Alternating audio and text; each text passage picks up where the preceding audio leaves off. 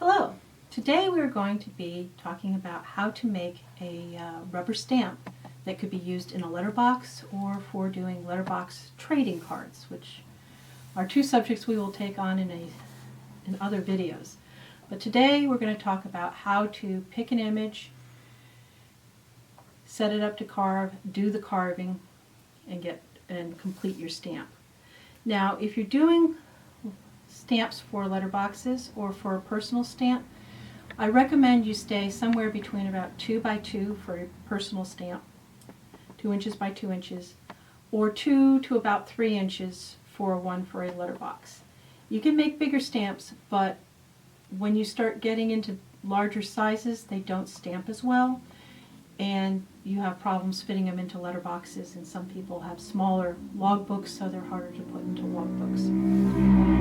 When you start, I come up with an idea of what I want to do, and then I go online, because I am a terrible freehand artist. I go online and I will find clip art to copy and use for my stamps. Now, in this particular example, I decided I needed another stamp for my night boxing, and I thought, since it's an astronomy theme, it would be nice to have an astronaut. So I went into the search, whatever search engine you use, go to the image feature, and I put in clip art astronaut. It's better to use something like line art or clip art in your search criteria, because when I just put astronaut, I got a whole bunch of beautiful glossy pictures of real live astronauts. That was not as helpful. Then what I do is I take a file, and when I find something that looks promising, I copy it into the file and size it and see what I think. I tend to pull a number of images into that file and then go back and make my final selection. Sometimes I end up having to go through 12 to 15 pages of images before I find what I really want. So if you don't see it in the first couple of pages, keep going. Sometimes things are hidden. So for my astronaut, these are the images I came up with. Now, some of these I would not have normally copied. I copied them because they're bad examples of things to use, and I kind of wanted to show you that. This first one, I think, is the one that I would actually use. It's black and white. It's the right size. The lines are a pretty good width for me to be able to carve around. And I think I can do this. This is not a beginner carving, but it's one that I think I could do. This next one here is really cute, but the lines are too thin, and it's not black and white. It was a color image, even though I printed it in grayscale. And you have to make decisions on what's going to be black and what's going to be your dark image and your light spaces on this image. This one here is really nice. It's got a lot of nice bold lines. I could do that easily. This would be an easy one to do, as would this one. I like this one here a little bit better just because I like the design of the astronaut. But then I discovered, while I was playing with these astronauts, I got a few spaceships. And I kind of like the spaceship, so I think that's the one I will show you today. Then I also found this astronaut picture here that I really liked, so I copied that out, and I may use that later. Now, to get started, we cut out our image. There are numerous ways to transfer your image to your material, but the way I've had the most luck in doing it is through using pencil and burnishing it onto the material. So now that's the next thing you need, is your material. The easiest material to get a hold of is called Speedy Carve. It's pink.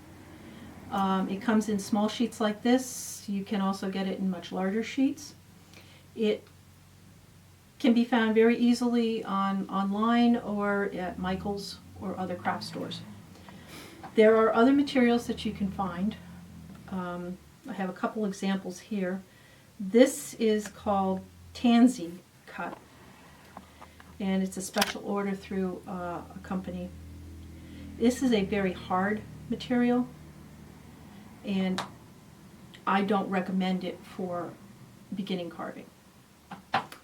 This is Ozcut, which is no longer available. It's also a fairly hard material, not as hard as the tansy. And while I like carving on this, it's really not that easy. It's harder than this, which is much, much softer. So since this is easily available and softer, this is what we'll work with today. Now, I'm going to take my knife to the plastic and take this off. And I'm going to cut a 2x2 piece out of this.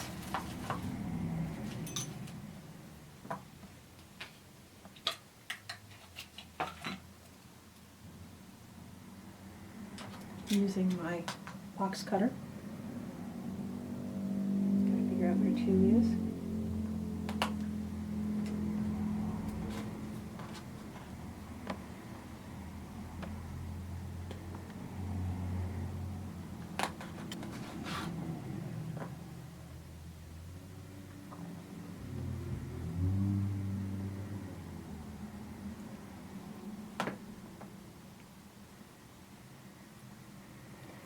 This piece is 4x6,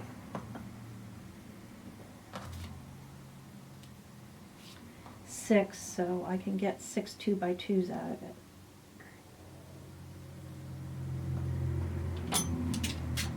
And this is fairly easy to cut through with a box cutter. Just follow the lines.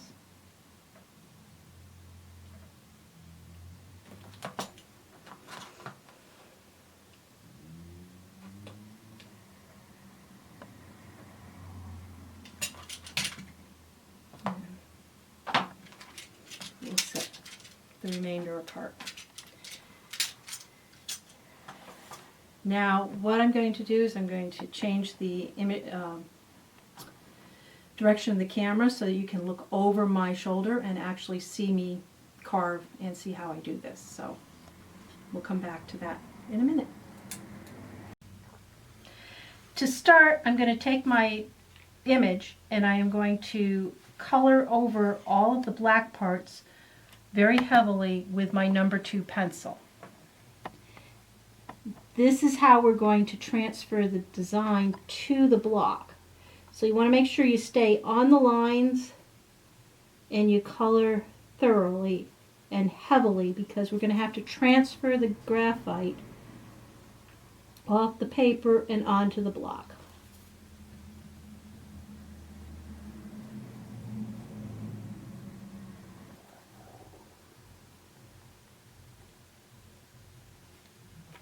Now, once you think you're all done, lift it up and look at it at an angle just to make sure you didn't miss any spot. Then my next step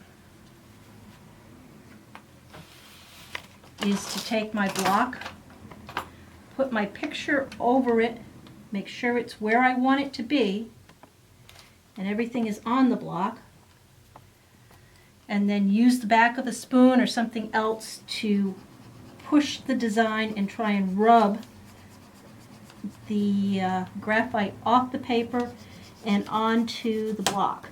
Make sure you hold your paper very still when you do this. You don't want to smear your lines. And if you're careful, you can try picking it up and seeing if you did a good job.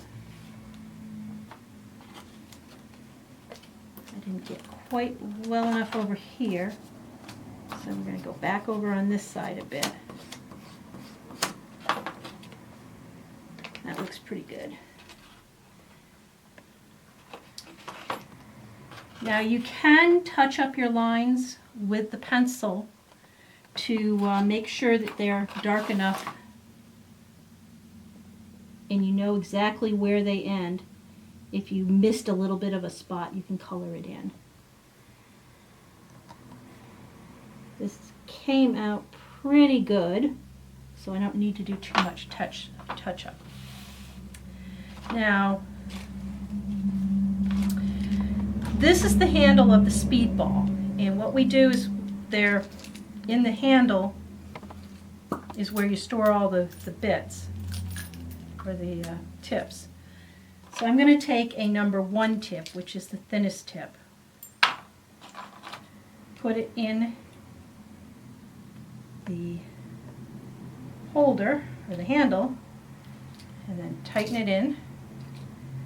And since I actually have 2 of these, I'm going to take my number 2, which is the next biggest size, and put it in the second handle so I can switch off.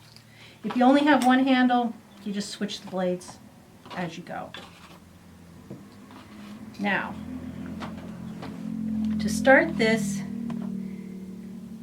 I take the number 1 and I go around the entire design. What I want to keep are the dark lines and take out all of the pink, make it go down. So when I'm done, it's going to look like this, but all the areas that are pink are going to be at a lower level because I'm going to carve those out. Now, I like to hold my gouge by putting the end in the palm of my hand and putting my index finger out like this to help me carve and direct it. Other people do hold them like pencils. You can do it either way, whatever's comfortable. The other thing is when you're using the gouge, don't move the gouge around. Move the block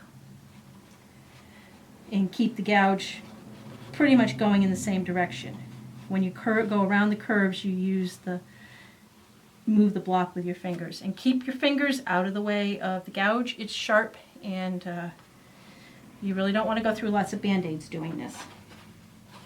So I'm going to pick my spot to start. I'm going to press in and follow the curve around.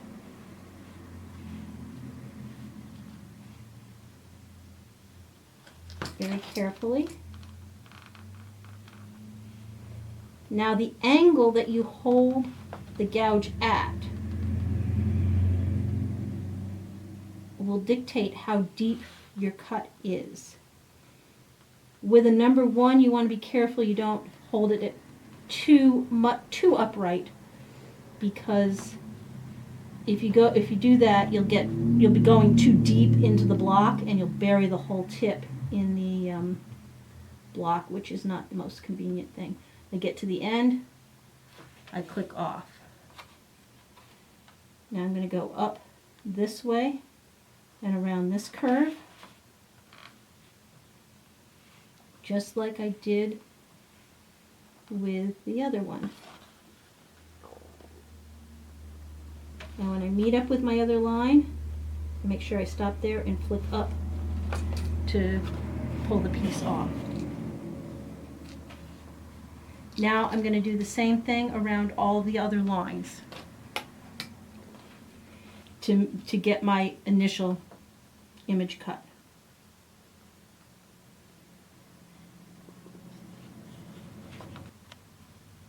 Now it's important when you do this to take your time. For that reason, and the fact that it's rather boring to watch somebody do this, we shut the camera off while I finished most of my first cuts around the spaceship. But right now I'm on my last cuts here, and I'm doing them around these dots that are on the side of the spaceship. These are probably the hardest part of this particular design, which is a very simple one, because I want to make sure I get around them and keep them even, and I want to make sure I don't skip the gouge and cut into a line that I shouldn't have. So do this carefully. And again, you want to make sure that when you get to the edges, particularly when I have a very tight radius like this, that I'm moving the block, not the gouge. It just makes it a lot easier to get the precision that you're looking for. And then finish off. And then I've got 2 more of these to do. And then I'll be going on to trying to take the bigger spaces out with the larger gouge. Actually, I think what I'm going to do first is work on this interior area around these with the smaller gouge. The smaller gouge takes more time, but you can be more precise and less apt to make a mistake. So now the whole design has been cut around once with the small gouge. So now I'm going to go to these areas between these bubbles and around the edge here and on the outside edge here with the number 1 gouge. Use the number 1 gouge to clear out all the tight areas on my piece, and I also went around the entire image again a second time with the number 1 just to make the lines a little deeper around the image. Now I'm going to move to the number 2, and I'm very carefully going to make sure I stay on the inside of the design with not too close to the dark lines, but on the inside of where I have already gouged.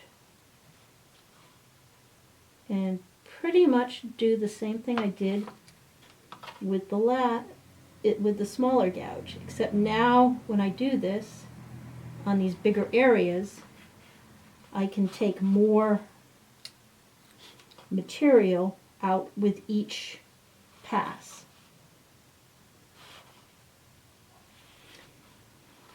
So this is good on big wide areas and initial passes. I'm going to want to go back over this again with the smaller gouge to get some of the high points out, but that's a later phase. Now that's for the most part cleared out that top part of the spaceship. And I'm going to be very careful here. I may end up going back to the smaller gouge just because this is a little tight. And as I said, one mistake and it's a new piece of material and another attempt.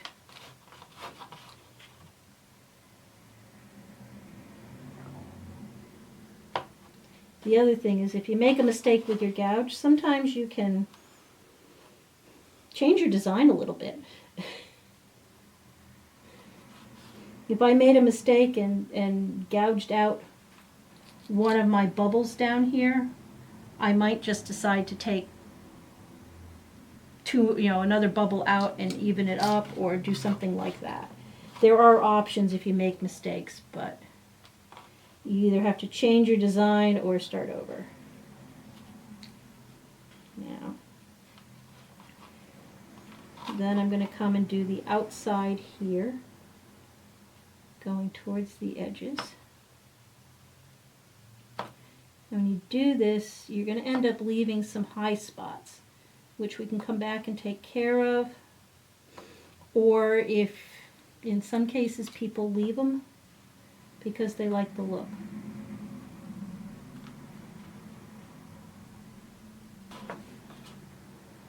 When doing the outside, if you notice, I'm more apt to be going away from my image than towards it. Again, because if I slip, I'm not going to mar up the image.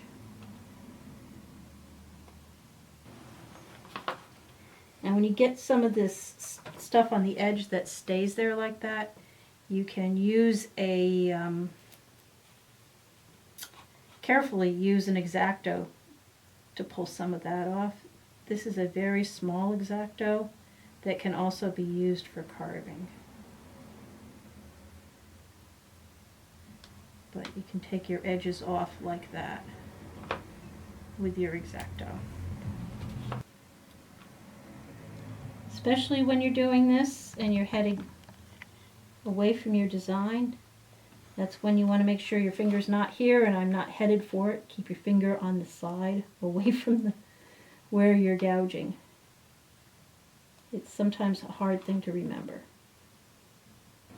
Now I haven't quite gotten close enough on all of the legs here, so I'm going to go back around those.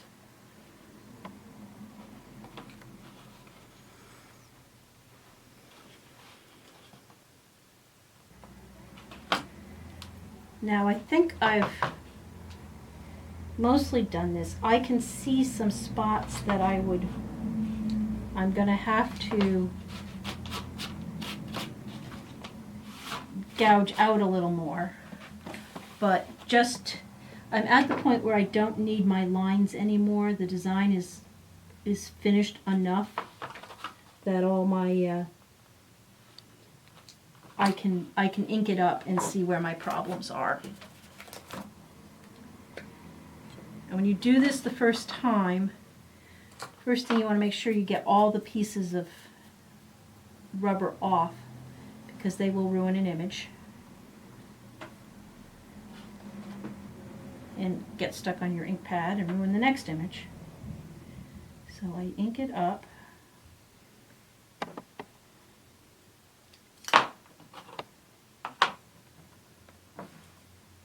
And then I press it on my paper. And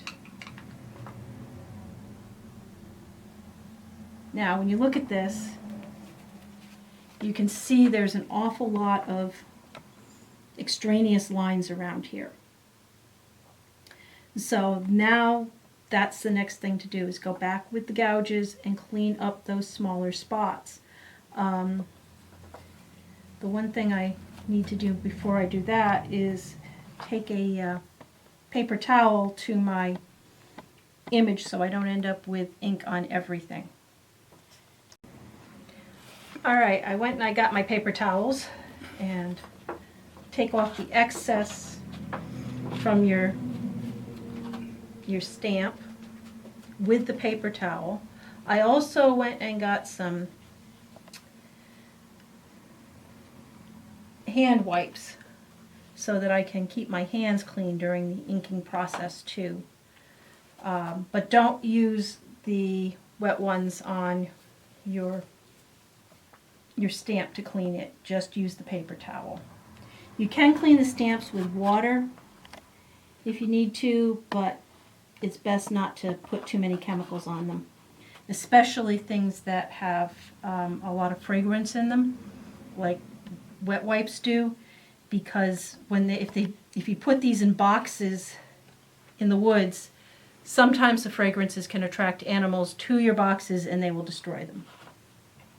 So now I'm going to look at my design and look at my block and see where the high spots are. And the high spots are where that ink is and where I got or ink on my paper I didn't want.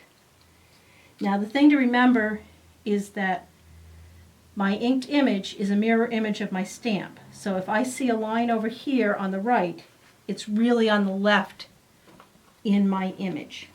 So I'm going to take that out using my smaller gouge. Now I've got some problems around here, so I'll take those off. Those I think I'll use the bigger gouge on.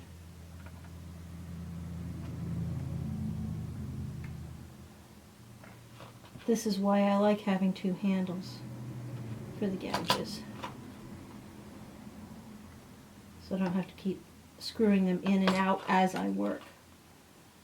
Okay. This side, got some of that problem on the side here. So we'll go on with the... One of the things to watch out is that Usually there's some excess right up next to your image, and that's one of the things you want to try and clean up. But don't get too close to the, don't destroy your lines when you do it. So you're better off with a smaller gouge. Just slice those off.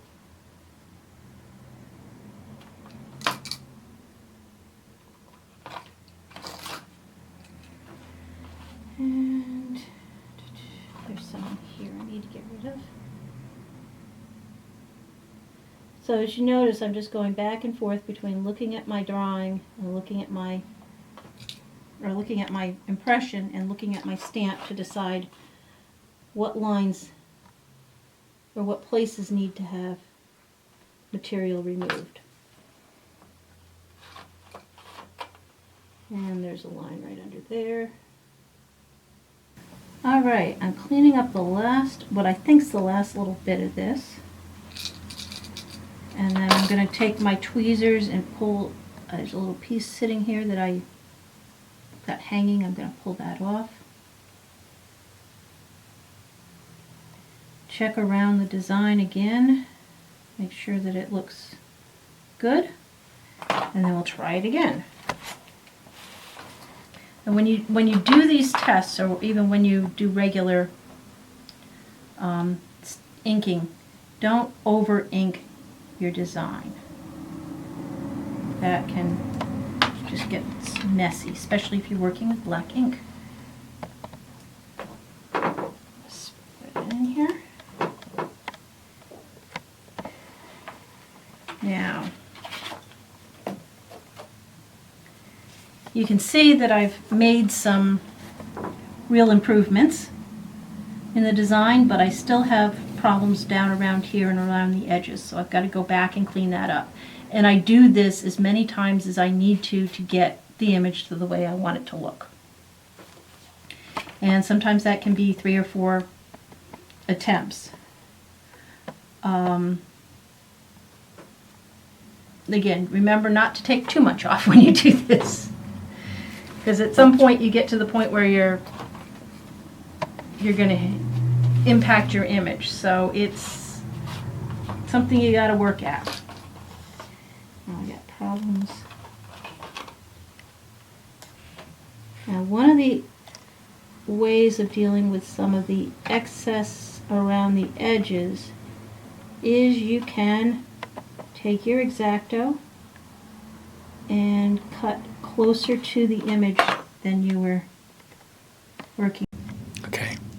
Right, so I've done a little more cleanup, and I have trimmed the edges of the stamp so there is less area for overstamping.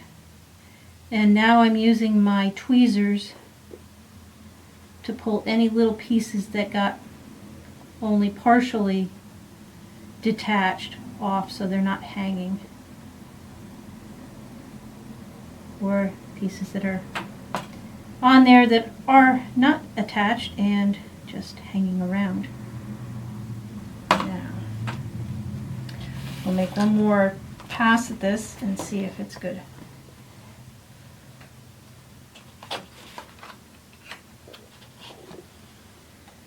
When working on